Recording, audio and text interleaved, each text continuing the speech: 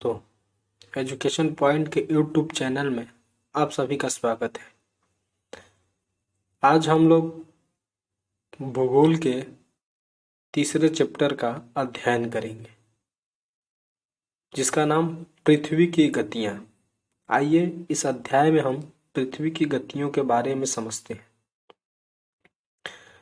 पृथ्वी की गतियां मुख्यतः दो प्रकार की होती हैं, एक घूर्णन गति, एक होती है परिक्रमण गति। घूर्णन गति पृथ्वी की वे गतियां होती हैं जो पृथ्वी अपने अक्ष पर घूर्णन करती रहते हैं, यानी पृथ्वी अपने अक्ष पर 24 घंटे में एक चक्कर पूरा करती है। इसे ही हम पृथ्वी की घूर्णन गतियां कहते हैं। पृथ्वी की घूर्णन गतियों के कारण से ही हमारे पृथ्वी पर दिन और रात का समय होता है। आइए अब हम पृथ्वी की दूसरी गति की चर्चा करते हैं, जिसे हम परिक्रमण गति कहते हैं। परिक्रमण गति वो गति होती है जो पृथ्वी सूर्य के चारों ओर अपनी कक्षा में गति करती है। पृथ्वी इस गति को लगभग 365 दिन में पूर्ण करती है।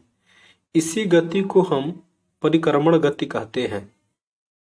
आइए हम अगला विषय का अध्ययन करते हैं। पृथ्वी का कक्ष एक काल्पनिक रेखा है जो इसके कक्षीय सतह से 66.5 डिग्री का कोण बनाती है। वह समतल जो कक्ष के द्वारा बनाया जाता है उसे हम कक्षीय समतल कहते हैं। पृथ्वी से सूर्य प्रकाश प्राप्त करती है। पृथ्वी पर सूर्य की रोशनी से ही पूरा प्रकाशमय होता है। पृथ्वी का आकार गोला होने के कारण ही इस पृथ्वी पर समान मात्रा में सूर्य की रोशनी नहीं पहुंच पाती। इसलिए सूर्य की जहां रोशनी पहुंचती है वहां दिन का समय होता है, जहां नहीं पहुंच पाती है वहां रात का समय होता है।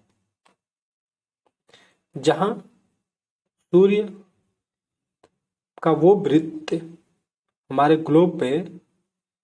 ग्लोब का वो वृत्त जहां पर सूर्य की रोशनी बराबर मात्रा में पड़ती है, वहीं से दिन और रात विभाजित होता है।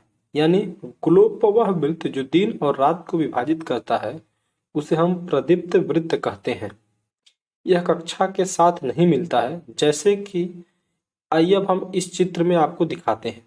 देखिए इस चित्र में पृथ्वी के कक्षीय समतल पर ये जो लंब पड़ा हुआ है, ये जो दिख रही है डॉटेड लाइन, ये पृथ्वी के कक्षीय समतल है।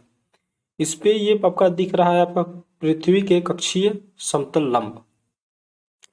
पृथ्वी के इसके दाहिनी तरफ जहां सूर्य की रोशनी नहीं पहुंच पाती है वहां रात होता है, और जहां रोशनी पहुंच जाती है वहां दिन होता है। पृथ्वी, हम जानते हैं सब, पृथ्वी अपनी कक्षा पर एक चक्कर पूरे करने में 24 घंटे का समय लेती है। इस घूर्णन समय काल के कारण ही हम अभी पृथ्वी पर दिन और रात होता है। इसी घूर्णन गति को हम पृथ्वी की दैनिक गति भी कहते हैं। आगे हम देखते हैं परिक्रमण गति की थोड़ा विस्तृत चर्चा करते हैं।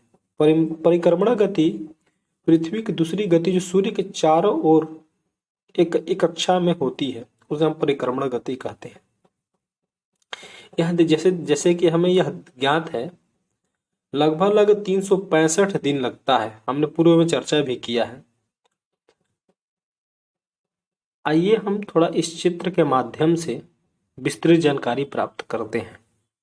देखिए हमारा सौरमंडल का केंद्र सूर्य है। पृथ्वी इसके चारों तरफ चक्कर लगाती रही है। जैसा कि हमें दिखाया गया है, 4 तारीखें महत्वपूर्ण है पूरे साल में, जैसे कि 21 जून, 21 मार्च और 22 दिसंबर और 23 सितंबर। जैसे कि हम देख रहे हैं 21 जून में जैसे कि हमारा भारत उत्तरी गोलार्ध में, तो हम इसी का उदाहरण लेकर समझेंगे।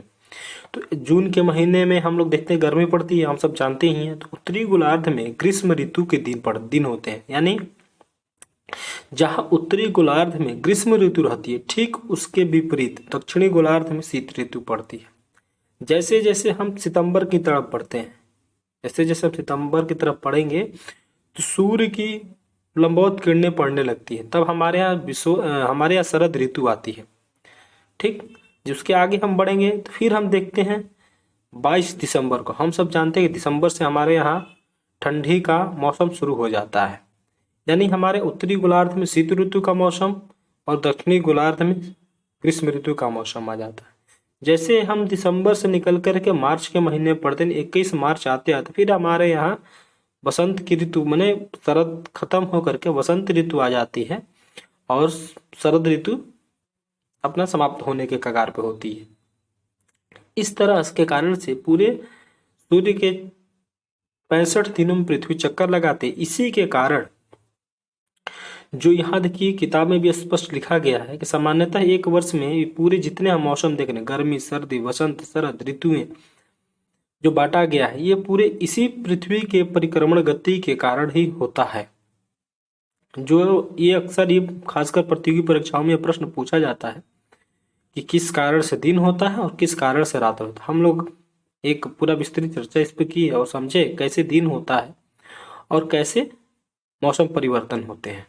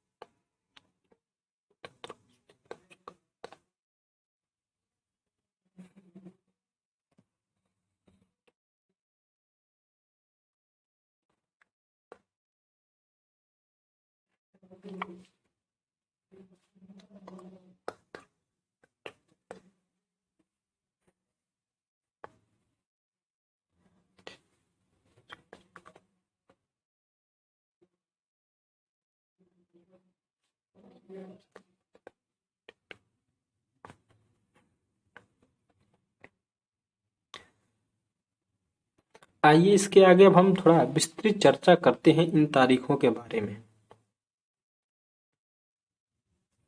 देखिए जैसे कि 21 जून है, हमें पता है कि जैसे जैसे उत्तरी गोलार्ध में यानी जब सूर्य विषुवत रेखा से उत्तरी गोलार्ध की तरफ बढ़ता है तो हमारे धीरे धीरे करके लगभग 21 जून तक यह कर्क रेखा पर सूर्य आज पहुंच जाता है, यानी सूर्य की लंबवत किरणें कर्क रेखा पे पूरा लंबवत पड़ने लगती है, जिसके कारण पूरे उत्तरी गोलार्ध में गर्मी का मौसम आता है। और ध्रुव क्या क्या अपने जैसे कि अपनी पृथ्वी का झुकाव 23.5 डिग्री होने के कारण से यहाँ पर भी गर्मी के दिनों में यानी जून जुलाई अगस्त के महीने में ध्रुवों पर भी सूर्य की तिरछी किरणें पड़ने लगती हैं। इसी कारण से पृथ्वी के झुकाव के कारण ही उत्तरी ध्रुव में गर्मी के महीनों में 6 महीने दिन होते हैं और यहाँ और उत्तरी गोलार्ध में बड़े दिन होने लगते हैं। और इसी कारण से इसे हमें उत्तर अनयांत कहते हैं। और हमें पता है कि सबसे उत्तरी गोलार्ध का सबसे बड़ा दिन 21 जून को होता है।